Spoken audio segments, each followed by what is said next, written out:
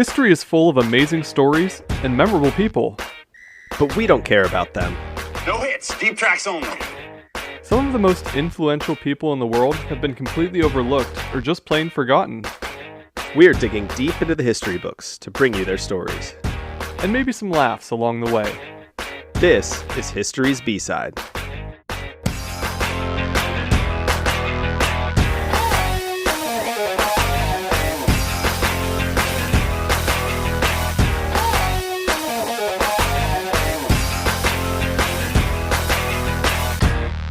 Today's B-Sider is the New World's first human rights activist.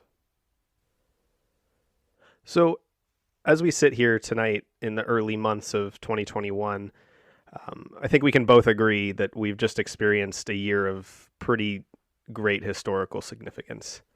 I had a good year. I mean, I can't say the year was terrible overall. For me, at least. It was pretty terrible. Yeah, it was pretty terrible. I'm not going to sit here and lie. I mean, I don't have much to complain about, but I'm very fortunate compared to some other people. Yeah, I think we sit here from a place of fortune. But one of the things I think that, at least for me, was most significant this year, aside, I will say, from the coronavirus pandemic, which I think is pretty much at the top of everybody's list, was the racial reckoning that our country's undergone. You know, it was certainly for me harder in the early months to understand a lot of it. You know, we both, I think, come from a place of white privilege and have a harder time understanding racial issues. Yeah, I mean, it's definitely, we're probably not the number one people to be commenting on racial issues, but No. For people who are listening to this podcast have obviously chosen to listen to us, at least to this point, so... I mean, we obviously try to be conscious of how we interact with people and making sure that we're saying and doing the right things, but it's never going to be 100% sympathetic as a person who hasn't had to experience any kind of oppression or hardship or anything that's beyond our control. Yeah. And I think, I mean, this conversation is a pretty good introduction to our topic today, because the gentleman we're going to talk about, whose name is Bartolomé De Las Casas, was, first of all, a priest and a friar that traveled with Columbus's expedition. And Christopher Columbus was a pretty large figure, I would say, in our country's reckoning with racial issues. I mean, not just this year, he has been for a while, but the interesting thing about Bartolomé that I think connects him to this conversation we're having right now is that while he's considered one of the pioneers of human rights thought and human equality thought, and did do a lot during his lifetime to support and defend the treatment of Native peoples in the Americas, he also had some really strange ideas, and I don't know if it's because of the time that he lived in, or the way he went about it,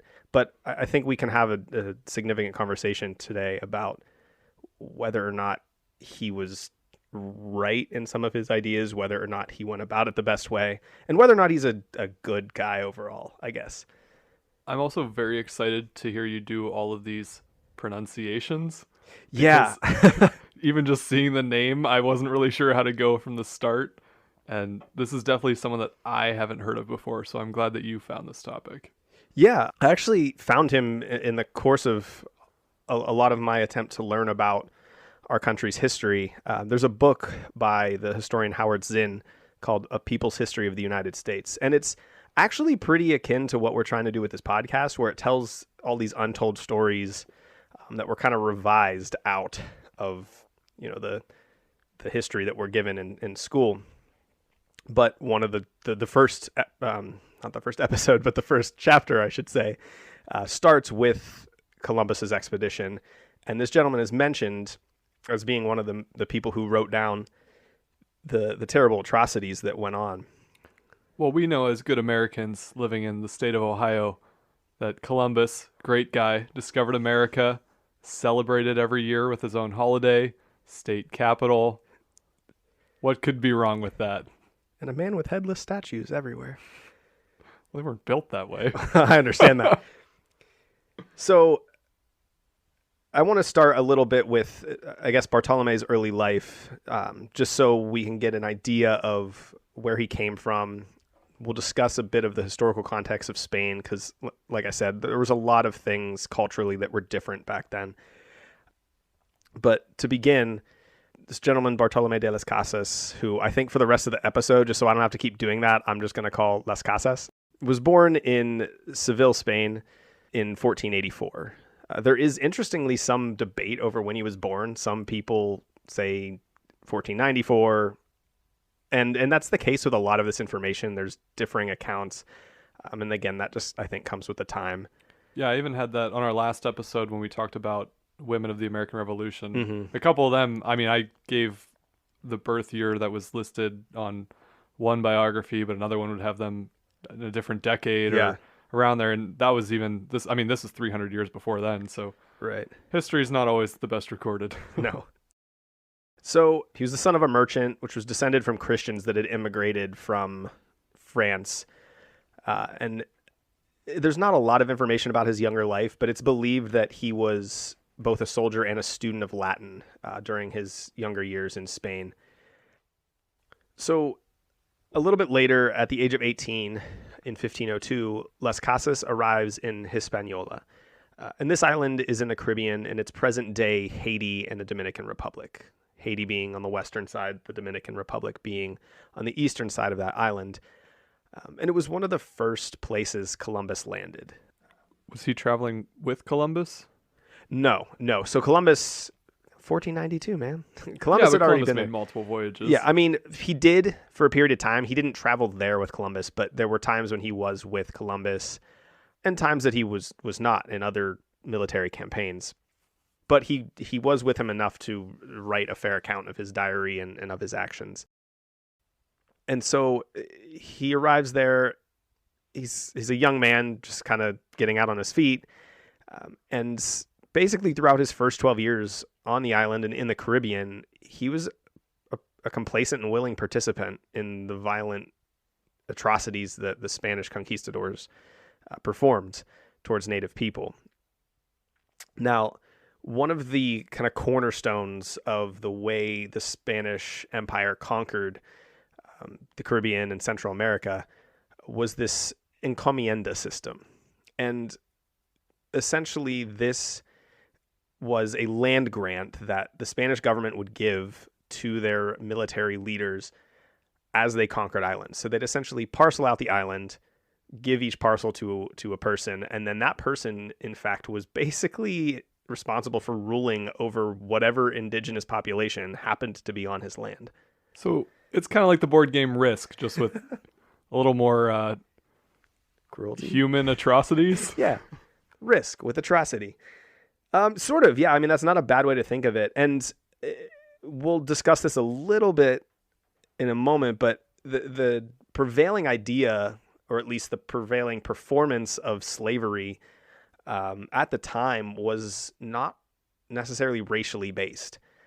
It was militarily based. So, slaves were seen just as a natural win, or a natural resource that you won as a result of conquering a people. And this is true, all the way back to ancient Greece. Sparta and Athens and even Rome, when they conquered people, those people in many cases became slaves. So this was kind of the prevailing idea of the day, where you'd conquer a land, you'd give out the land to your highest ranking people, and then they would be in charge. Now, the issue with this was that they didn't always, the people, at least the encomenderos who received these land grants, didn't always perform as perfectly as the law said they could.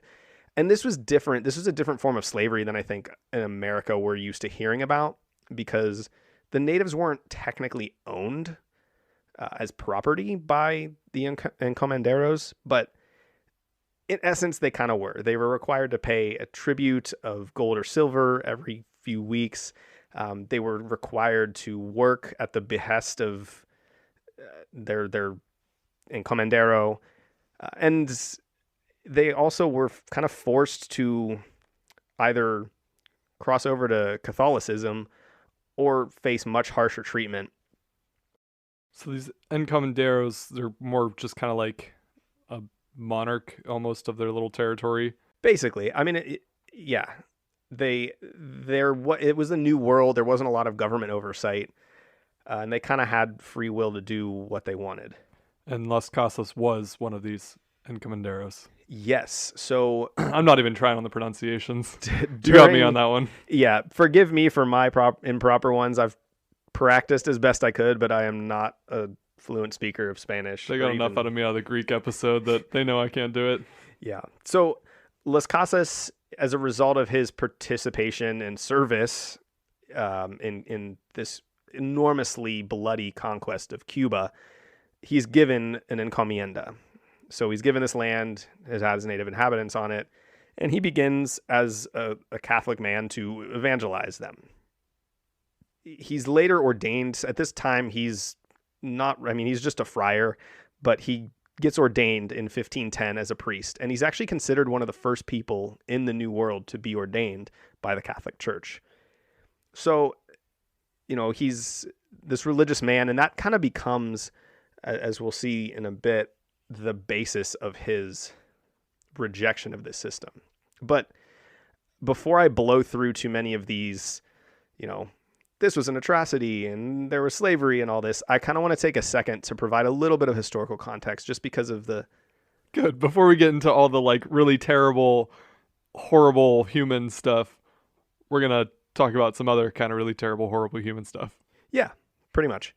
Woo! 16th century Spain, not the greatest. Spoiler alert, 16th century England and France. Not much better. Not much better. Probably worse. I don't know. Take your pick.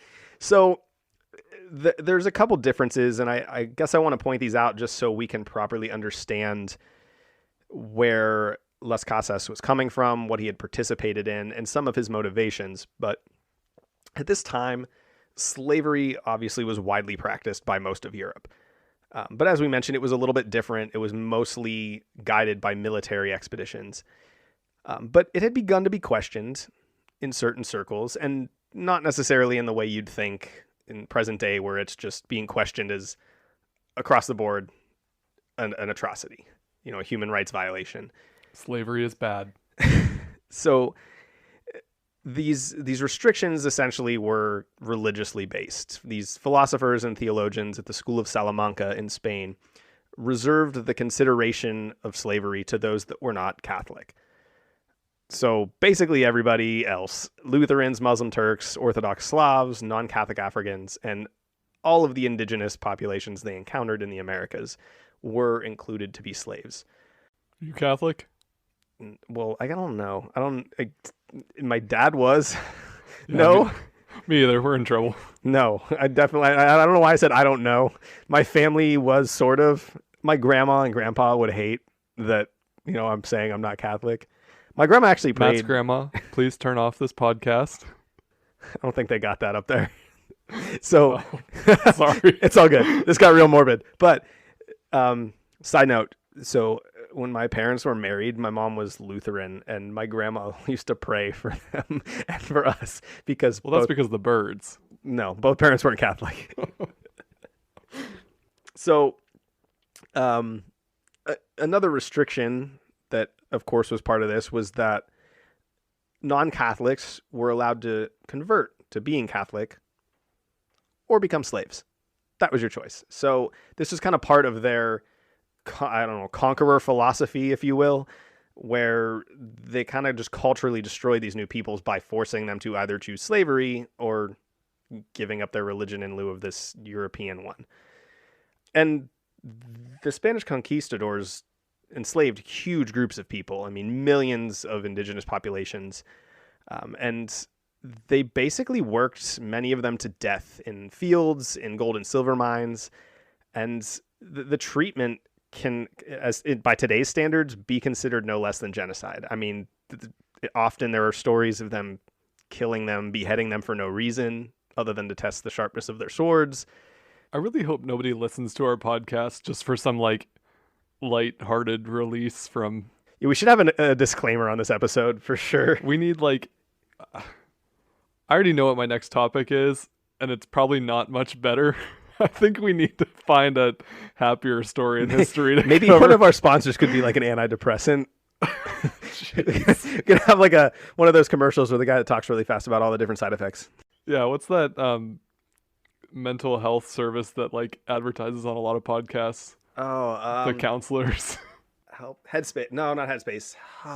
Talk. Well, we're Talkspace. not going to say their name until they advertise on History's B-Side podcast, because all of our listeners are depressed from listening to all these terrible things that we've been talking about for, 8 episodes now? Yeah. And I mean, it's, I guess, worth noting for a little bit of personal connection. This topic specifically, and the difficulty in learning about it and what it meant for, I guess, my understanding of my identity as a European white male, really did have a big effect on me, and is one of the reasons why at this present time I'm pursuing a legal education to try to, do something a little bit more influential in terms of correcting a lot of these wrongs. But this stuff really is, I feel for people who endeavor to learn about this. It's something we need to do, but it's not an easy thing to do. I think it takes a lot of, courage and perseverance to get through some of it, because it is horrifying. So with that, we're going to take a short ad break. Go get yourself a drink or two. It only gets better from here. Actually, this one does. It does technically get better. Yeah. The atrocities are probably not over, but they don't get much worse. At least not in Spain. We'll be right back.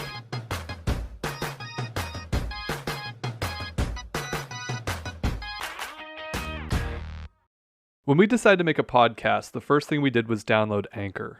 Because we have no money, and Anchor is free. You can also record and edit your podcast right from your phone or a computer. Then it only takes one click to share your podcast to Spotify, Apple Podcasts, and more.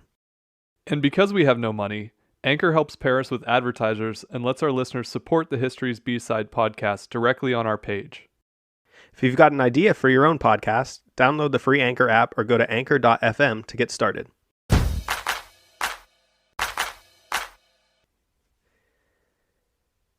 All right, listeners, welcome back. We hope you've had a chance to, decompress, de-stress. Take a mental break. I promise that from here, it's an upswing. Maybe take a gummy or something. We're in Ohio. That's illegal here. Not all of our listeners For are our in West Ohio. Coast listeners. Whatever gets you into your happy space. We promise Section 2 won't be as terrible as Section 1 was. In certain parts. Hopefully. Now that we've seen Las Casas' early life and his introduction into the Americas and the Spanish conquering of the Caribbean, we're going to get to his opposition and advocacy on behalf of the native population. And this really started, I think, with that conquest in Cuba that he participated in. Because it's immediately after that conquest that he begins to change his opinion and start to advocate against a lot of the actions that Spain was taking. It's worth mentioning that the conquest in Cuba was especially bloody. And as a result of his witness of the horrific violence and subjugation towards indigenous Americans, especially that which he saw during the violent conquest in Cuba, he began to regard the European interference in native people's affairs in the Americas as immoral and illegal. Las Casas was such a willing participant in this violence beforehand. What causes this sudden change? Is it because he's religious, like his beliefs, or is it sort of, social or economic influences? Because he's got to know how his change of heart's going to be perceived. Sure. And then he's obviously there's got to be some financial change to it as well, because he's giving up his slaves. Yeah, so he does. He gives up his slaves, he gives up his land. And so there's not really any positive economic reason for him to do it. I based on the writings by historians, I think there's two main things that participated in this. And one was just the overall experience he had. And I think, despite how good society at that time was at convincing people this was just how it was and this was the way it was supposed to be, there's still something in the human spirit, especially for certain people, that You can't watch atrocities day after day after day and shrug your shoulder unless you're a sociopath. And if that implies that I'm calling everybody of that time a sociopath, I have no argument against that. I mean, we're gonna, I guess, have to give history the benefit of the doubt here, because the bar was set very differently in the, 1500s? Right. Versus what it is today. The thing is, and not that wealth should be a reason for this, and by today's moral standards it isn't, but these systems, especially systems of slavery, brought an enormous amount of power and wealth to the governments that performed them. And this isn't just true of colonial Europe. This is true of ancient Greece, ancient Rome. Every society that has practiced slavery, I think, really resisted getting rid of it when it began to be challenged, because it was the cornerstone of their economy. It's the reason that they had the money and the power that they had. So, I think, to get back, I guess, to the initial question, Las Casas just eventually just overwhelmed by all of the violence and seeing these things. But there's another motivation as well, and that's his stance as a religious Catholic. And he mentions that he's started to study certain verses in the Catholic canon of the Bible. And interestingly enough, you know more about the Bible than I do, but the verse that he cites isn't technically in the Bible itself. It's part of, I think it's called the Apocrypha.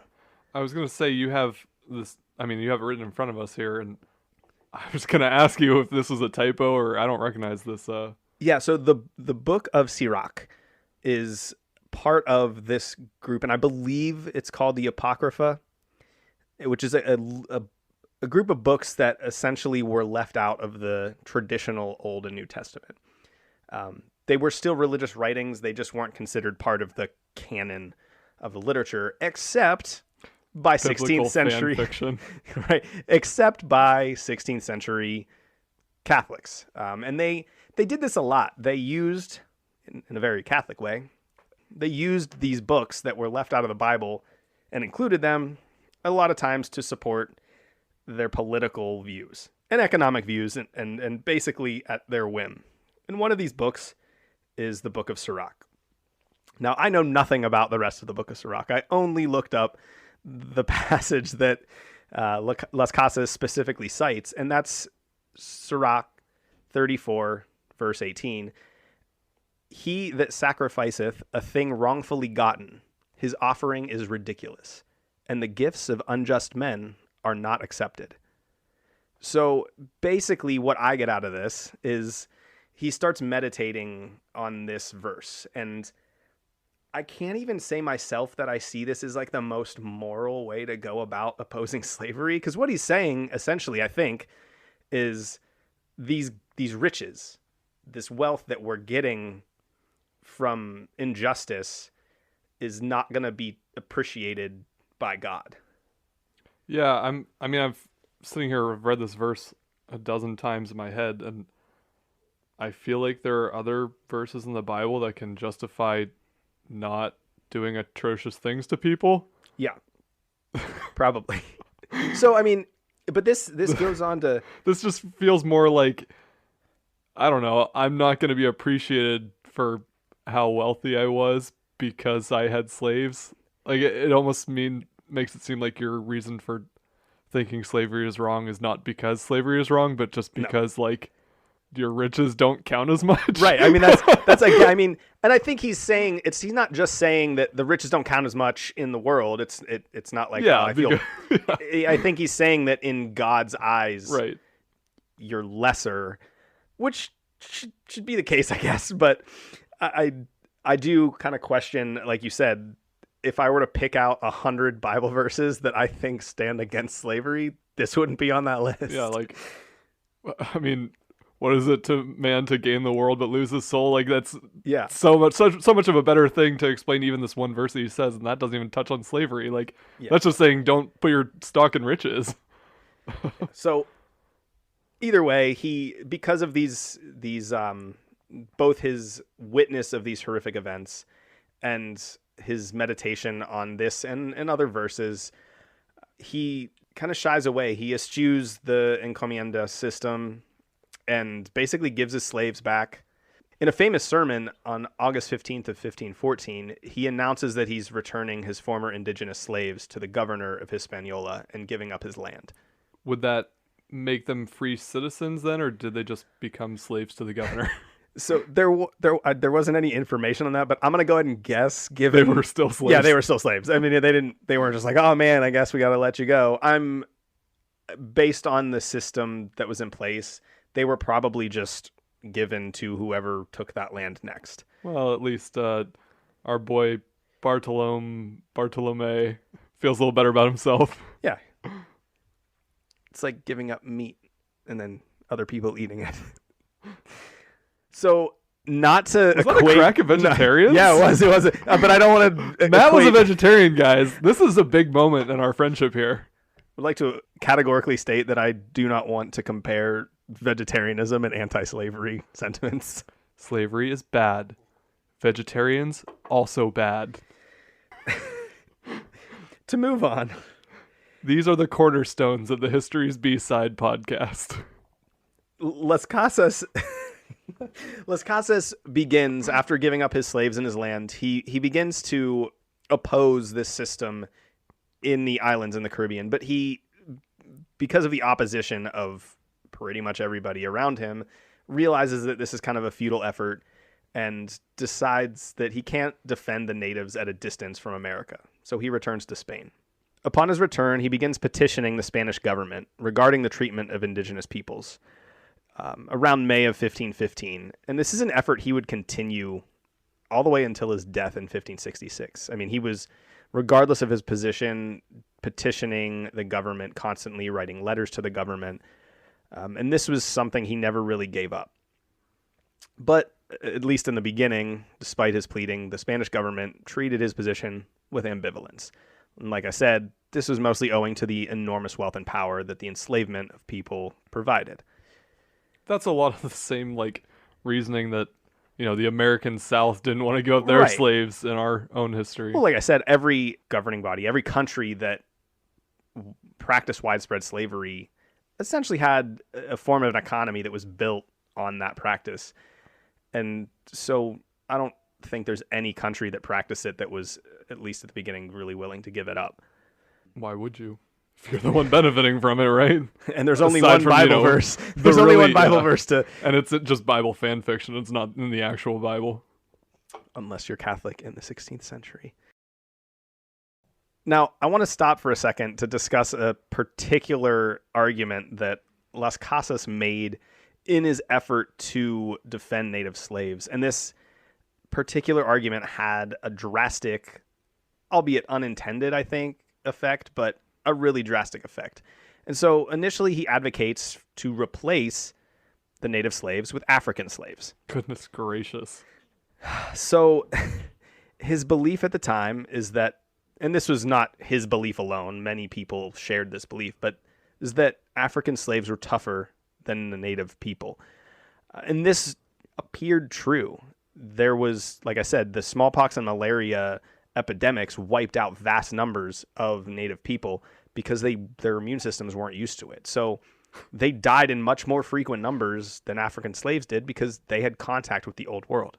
I don't know why they keep dying. We're just bringing over our diseases to them that they've never been exposed to. Yeah. What could go wrong? So, I mean, this argument was popular because Europeans at that time had a really bad understanding of immunology and the way diseases worked. And so people who thought this had what they thought was evidence towards it. And the problem with this in connection to Las Casas' argument is that his argument kind of sets the stage for racially based slavery. They start to regard the African races as better for labor. They were stronger. They were tougher. They didn't die as much. And so I like that I don't like this. It's it's terrible that their analysis of African races being better suited for the conditions, I guess, being more immune and being stronger and better able to work, doesn't make them better human specimen. It makes them better suited to be slaves. Like that. Right. That's so terrible. Which is ridiculous. I mean, the saddest thing about this is that I've heard this argument this year, and it's as terrible as comparing the price of slaves to factory machinery and saying, well, they were more valuable. So that's not a defense. That's like, you're missing the point that we're talking about human beings. Yeah, rights. that's just kind of along the same lines of not like considering anyone who could be a slave as human.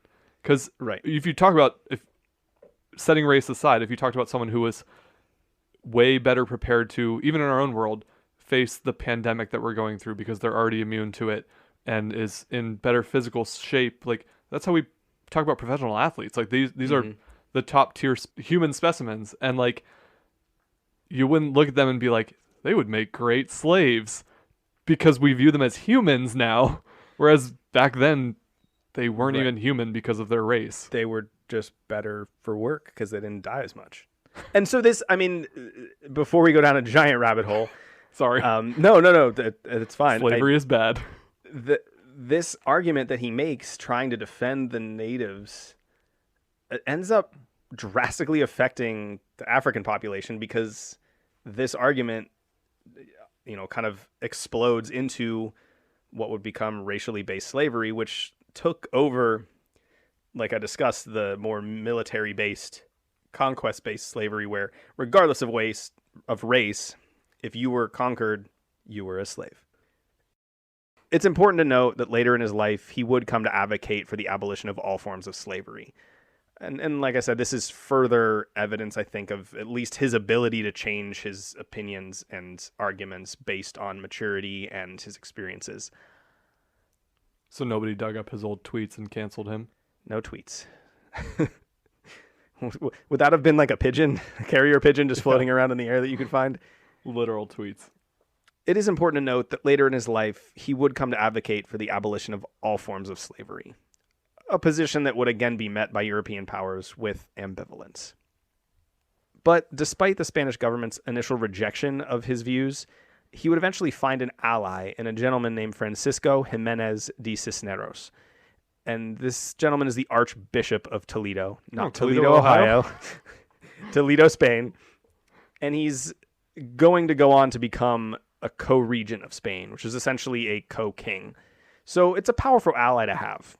And with the help of the Archbishop, he creates his Plan para la Reformación de las Indias, plan for the reformation of the Indies. And this plan essentially advocates for a change in the way Spain conquers the American people, to be more conducive to a shared civilization with the indigenous peoples they encountered. So it was essentially intended to pivot from this really violent regime to a more peaceful cohabitation. After an enormously persuasive defense of the indigenous peoples of America in front of the Spanish Parliament, the Spanish Emperor, King Charles V, who was present at his defense, appointed him to be the priest procurator, or representative of the Indies. So he basically becomes a representative for the indigenous peoples. And this is a good development for him. He's basically buddied up with a powerful future king, the current king. One of his duties as procurator was to lead a commission to investigate the status of indigenous peoples. And in 1519, with the support of the king, he actually founded a community of both Spaniards and native peoples. And they were living as equals, essentially, in this community? Yeah, that was the idea. And it worked for a short time, but they were supposed to be free citizens, ruled under Spain still, but they were not to be treated in this. It essentially was supposed to end the Encomienda System, where they were subjugated. And he did create the settlement located on the Gulf of Paria in present-day Venezuela. It's kind of in the northeast corner. The Gulf of Paria, I should say, is basically formed by Trinidad and Tobago. So he travels from Spain to the settlement, but is forced to return to Santo Domingo, which is in the Dominican Republic after only 2 years, because his experiment essentially failed due to two things: opposition from powerful encomenderos and frequent attacks by natives. So neither side, I guess, wanted this thing. I understand. I mean, I can't say empathize with, but I understand why the encomenderos didn't want it. It removed power from them. And I also understand why the natives didn't want them there at all. So the natives were like, no, we're not bunking up with you. The encomenderos are like, we don't want to stop subjugating you. So it didn't work. And so he kind of returns to Santo Domingo, licking his wounds, and retreats for a couple years, deciding to dedicate his life to religious service. And so in 1523, he joins the Dominican Order, which is a branch of the Catholic Church. So when you say that, was he kind of not doing anything for the indigenous people anymore? He just worked in the church and nothing else? I mean, he would, but for about 3 years, he was pretty silent on the issue.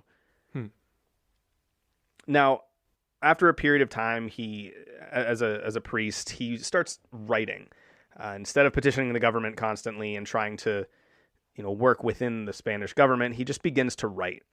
And interestingly enough, I couldn't find any reasoning for why this is, but many of his writings he insisted not be published till after his death. I venture to guess because they would have made him extremely unpopular and possibly gotten him killed. Yeah. It's during this period of prolific writing that he produces one of his most famous and important works, which is the Historia De Las Indias, which, like I said, was one of the works that was published after his death. And in this work, he records the events of Spain's conquest. This is one of the major services he provided in history, is that he was one of the people that recorded in a pretty graphic way the non-revisionist bad side of Spain's conquest. And he uses this account essentially to expose what he called the sin of dominating and oppressing native peoples. And he argues that the horrific behavior of European powers in the New World would be justly met by God's punishment, which kind of harkens back to one of his initial opposing arguments against slavery in that Book of Sirach verse. But he's still only writing about native peoples? I mean, is he addressing the African slaves at all? He did include an apology for his previous suggestion regarding African slaves in the Historia, which I think indicates that at least as of its writing, he had changed that position, or corrected it at least. And I don't know that he ever intended that purpose. I think his focus was just so much on native people's well-being that I don't think he set out with the purpose of... He didn't address slavery as a whole. He just kind of addressed the treatment of indigenous people. Exactly. So in his Historia, as well as several other writings he did, he was a persistent critic of the Encomienda System. He argues that indigenous people should remain free citizens of the crown and be allowed to keep their property. But they're still becoming citizens of Spain. Right. I mean, he does not advocate against colonialism, and he does not advocate against conquering peoples. He essentially is only advocating against the enslavement of them. Yeah, I mean, I guess that's better than slavery, but still not... It is. Ideal. I mean, yeah, it's definitely better than slavery, but it certainly doesn't remove the burden of cultural destruction. But that's something I think that was so far ahead of this time. Oh, right. I mean, the world wouldn't be today without colonialism. Right. People were laughing at him for opposing slavery. So for him to be like, no, we destroyed their gods, it's like nobody in Europe would have even batted an eye. In addition for arguing for their free citizenship, he also advocates for a more peaceful, persuasive approach to Catholic evangelism, instead of using violence and coercion and the threat of slavery, which had been the norm.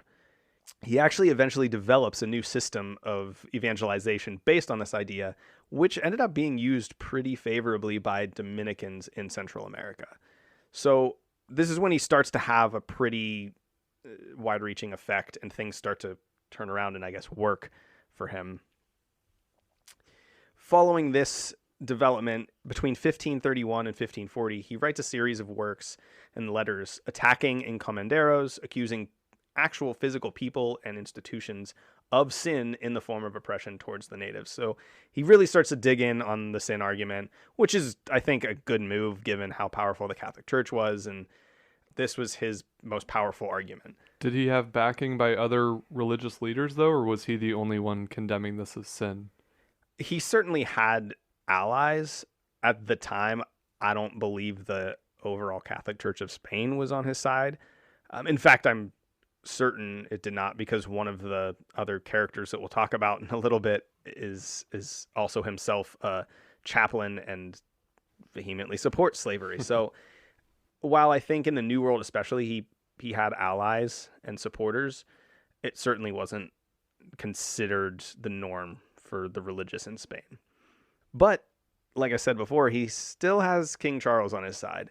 And in response to all of these petitions, and like I said, Las Casas started to have some supporters, in 1542, King Charles signs a series of new laws. And these did a couple things. The first is that it basically made the encomienda a one-lifetime thing. It was no longer a hereditary grant. So in the past, your father would just pass down his encomendiera to you. So it was a never-ending thing. This essentially put an expiration date, if you will, on it. Not perfect, but we're moving in the right direction. Better. And as a bigger part of this, encomenderos were forced to free their indigenous slaves. Now, it's important to note that since 1530, African slaves had slowly begun to replace the native slave workforce, and these new laws did nothing to protect them. So not only are they still using slaves, but the economic pressures of releasing indigenous slaves weren't as great at this time. So it's a big deal, but it's still got a lot of holes in it. After the passage of these laws, Las Casas, gaining more favorability among royalty, ends up becoming the bishop of Chiapas in present-day Guatemala. And it's here that he oversees the enforcement of these new laws, as well as the new system of evangelization. And like I said, this was used widely by friars and priests in the Dominican order to quite a bit of success. Who knew? You could just persuade people instead of enslaving them. So in 1547, he returns to Spain to be an advisor to the emperor and the Council of the Indies. In 1550, part of one of the biggest legacies of his is that he participates in this debate with Spanish philosopher Juan Ginés de Sepúlveda in Valladolid in front of the Spanish court. Nice. I got through all of those Spanish words. I'm proud of myself. Getting better. He participates in this debate, and it's a big deal because Sepúlveda is an enormously powerful gentleman who basically supported the cruel way Spain was going about its conquering. Sepúlveda was a lawyer who also served as chaplain and official historian for the court of Charles V. And 6 years before this debate with Las Casas, he writes a work called Democrates Alter, which is subtitled On the Just Causes for War Against the Indians. Now, in this work, he uses these Aristotelian ideas of natural slavery to justify the inferiority and enslavement of indigenous peoples. He claims because the natives had no laws and no ruler, and thus no rights or property, they could be appropriated by any civilized man. So, this was a broad belief, too, that the Europeans were civilized and coming to almost, in a way, introduce this great system to indigenous peoples. Yeah, they're basically viewed like animals. And, okay, not justifying anything here, but just for the sake of playing devil's advocate to this argument, is just that I understand why they make that argument, because they feel that you're walking into this society of sorts, that there is no structure, there is no laws and no ruler and no government system and no order, and they're basically living the way that animals do, is the way that they view them, and humans naturally are the top of the food chain controlling animals, so then they feel like they're in that role. But it just goes back to the fact that they're not viewing these people as humans. Right. And yeah, I think it's just a testament to the enormous amount of European arrogance. Yeah, for sure. Because these people did have systems of self-governing. In fact, I mean, I venture to guess that many people today would charge them with socialism, but their systems were pretty advanced, at least socially. One tribe in Hispaniola called the Arawaks, or the Taínos, were noted by Las Casas and others as being very peaceful. They didn't have property rights. They shared everything openly. Women were considered equals and made decisions with the men. It was very communal. This is the future the left wants. Yeah, I mean, kind of. I mean, at least for me as a left-wing person, like I'm not advocating, I guess, for the abolishment of property, but they really did have this community-based system of self-governing and laws.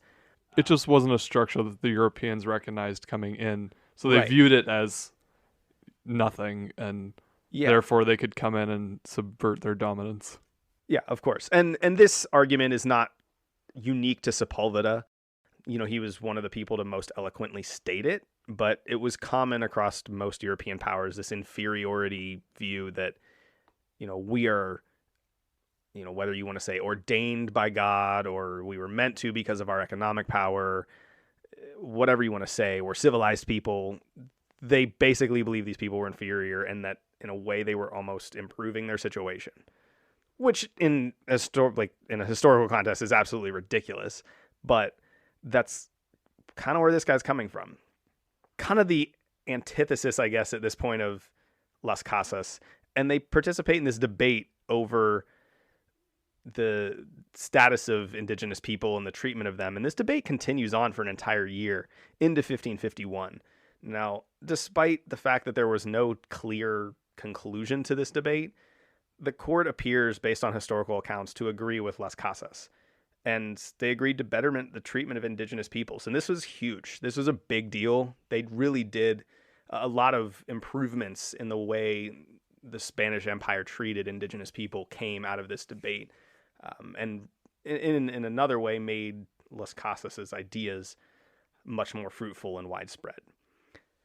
He continues to be an advisor to the king's court until his death in 1566. And so this is kind of ends the lifetime accomplishments of him. But there's a fair bit of legacy here, especially due to the fact that he lived at a time where history wasn't properly recorded, and when it was usually revised by the winner of whatever was being written about, which is classic. But one of the biggest things that happened after his death was a pretty big backlash and controversy. He was almost, like the name not spoken once he died. He was considered by many to be crazy. Enemies actually characterized him as a heretical extremist. I mean, in a way, he was kind of an extremist for his time. Yeah. Yeah. And not necessarily in like a violent extremist way, but just having wildly different thoughts and ideas than the average person. The average Spaniard. Right.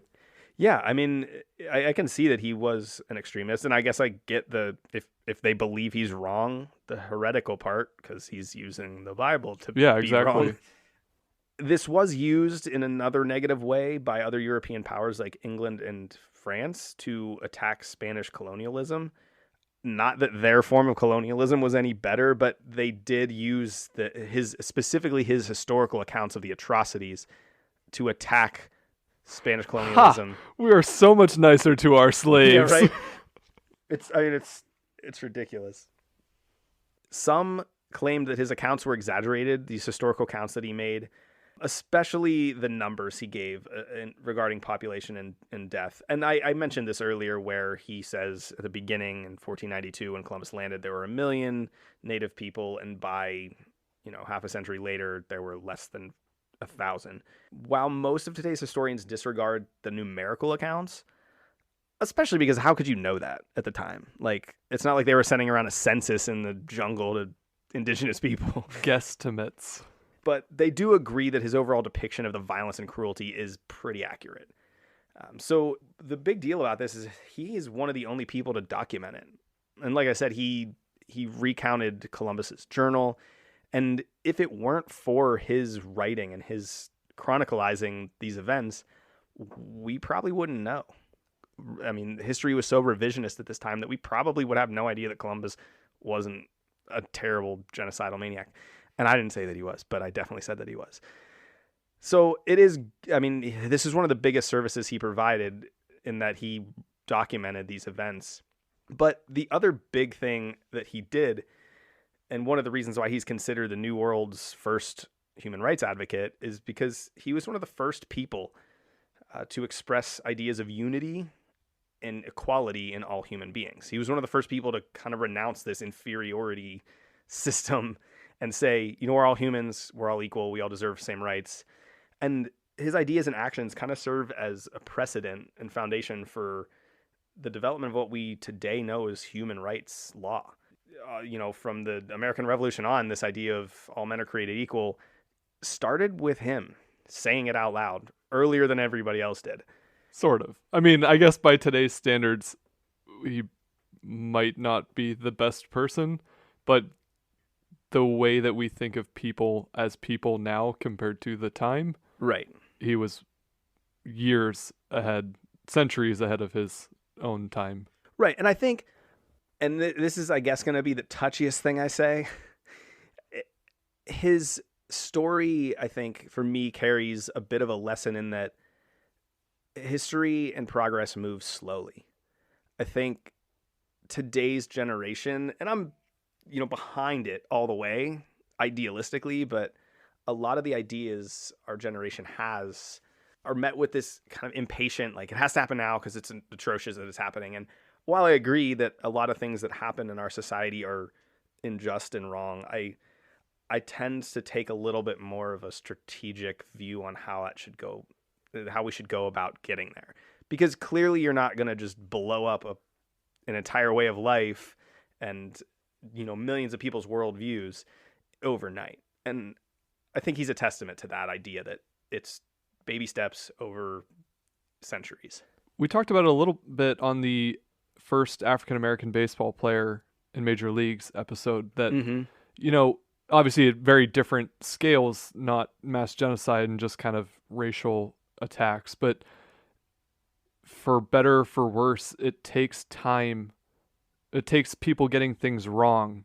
Yeah. At first for us to, you know, learn why what we're doing and the way we're treating people is wrong. Right. And that's just, I guess, human error, not to cast that aside as something so simple and so innocuous, but we develop and we grow over time.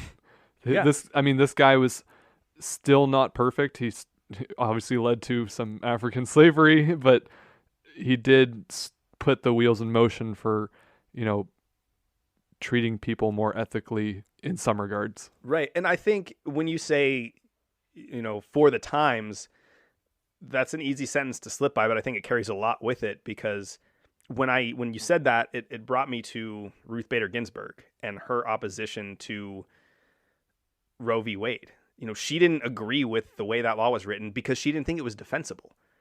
And, you know, whether you agree with it or not, that's not really the point here. I think Las Casas saw an opportunity and had to be strategic in how he presented his ideas. Because if he had just come out and said, all slavery is bad, they should be free citizens and live alongside of us with all the same rights, he would have gotten smacked down. And people would have laughed at him. He would have been shunned in a cave somewhere. And so I think there's a bit of a strategic intelligence there where he knew, in the same way that RBG kind of has this inch forward attitude of progressive law, he had that same attitude of, you know, I'm going to make things better for this group of people and introduce these ideas in a way that I think they'll be well received. And they were by many people. Despite, I think, all of his opposition, he's still remembered in many circles as a historical hero.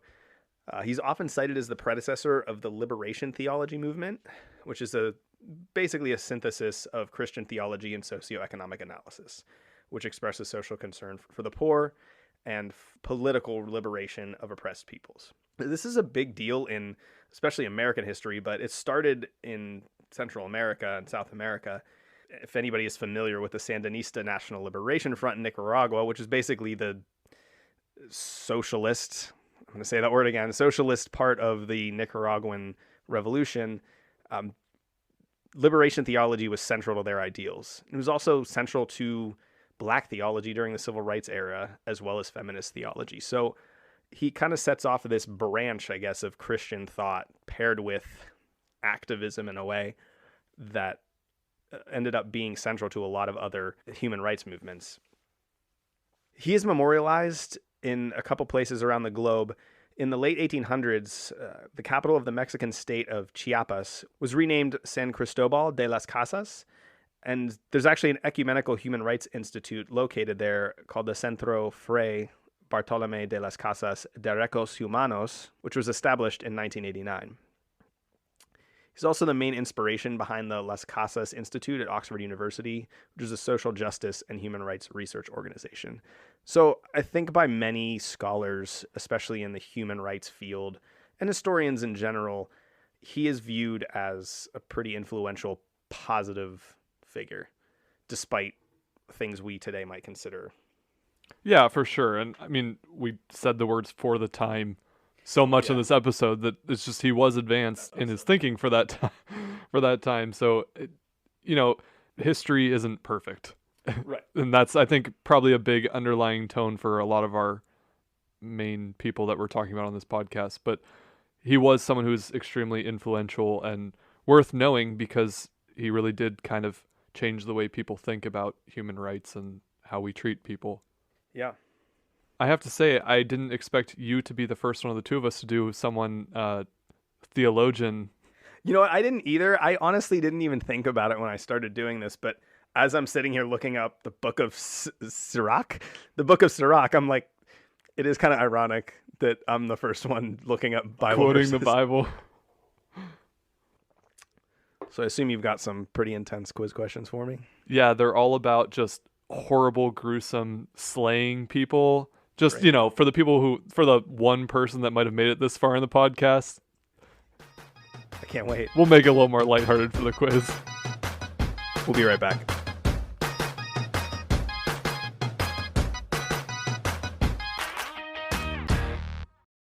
We just want to take a minute and thank you for listening to History's B-Side.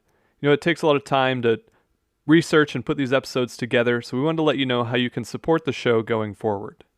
Go ahead and subscribe at anchor.fm/History's B-Side or wherever you're listening from.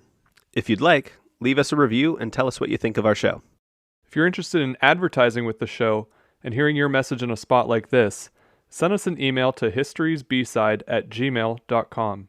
We're looking forward to hearing from you, and thanks for listening.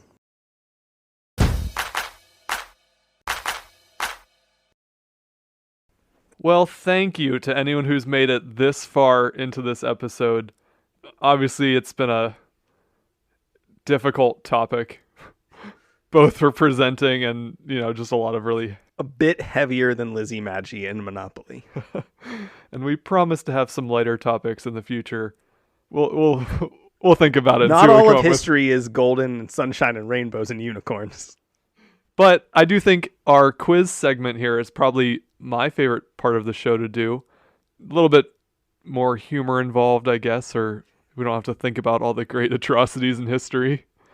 So what we do is end every episode with a short quiz, 3 questions, to just really see how much today's host learned about his topic.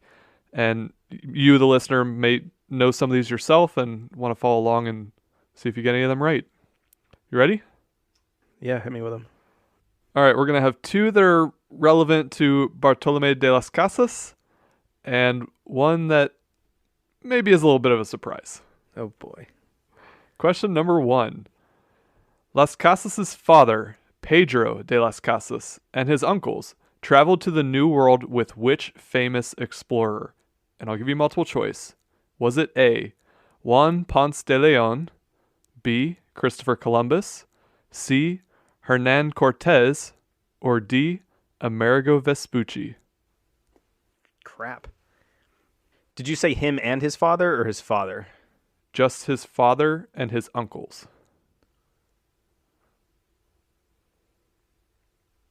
I'm going to say Hernando Cortez. Incorrect. It's Christopher Columbus. It was Columbus's second voyage. Dang it. Cortez was probably like 100 years before that, huh? No, they were all relatively the same time period. They're all late 15th century. Question number 2. Bartolomé De Las Casas appears on a coin in what country? And for extra credit, what is the value of that Oh coin? my God. Present day? Correct. Yes. Well, Spain uses the euro, so I'm going to say it's not that. I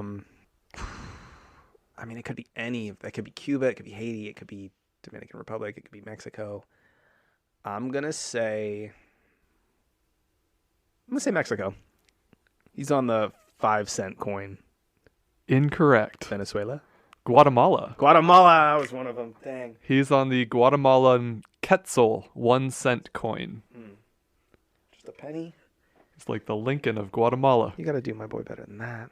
Both, had Not something that to do with Lincoln slaves. Isn't great on the penny. And your final question. You kind of sort of touched on this a little bit at the beginning of the episode. So, what late 15th century tribunal was established in Spain to identify and arrest heretics among converted Catholics and lasted for almost 250 years? Spanish Inquisition? Oh, you expected this one. Did I? I mean, that's pretty obvious. Like, that's the biggest. Am I right? You ruined my joke. What was your joke? I was hoping you would get it wrong so I could say nobody expects the Spanish Inquisition. Oh my God. I mean, I don't know of any other I know, that was obvious. but multi-century I was really hoping to get away with one there. religious conquerings. All right, well, thank you guys for listening. I know this wasn't the funnest episode, but I hope you learned a little bit, especially about one of the gentlemen who gave us our present day ability to defend oppressed peoples. Next week is the true inventor of cotton candy and rainbows. Is that no? That's No. not. Okay, It's not going to be a fun one it's the either. same guy. But as always, thank you guys so much for listening, and we'll see you next week. History's B-Side is an independent, listener-supported podcast. Leave us a review or subscribe to the show on your favorite podcasting service and follow along on Facebook, Twitter, and Instagram at History's B-Side. Send us your feedback or inquire about sponsorship and advertising opportunities by emailing us at historiesbside@gmail.com. You can support the show by visiting anchor.fm/historiesbside. This episode was researched and produced by your hosts, Matt Melito And Phil Hall. Thanks for listening to History's B-Side.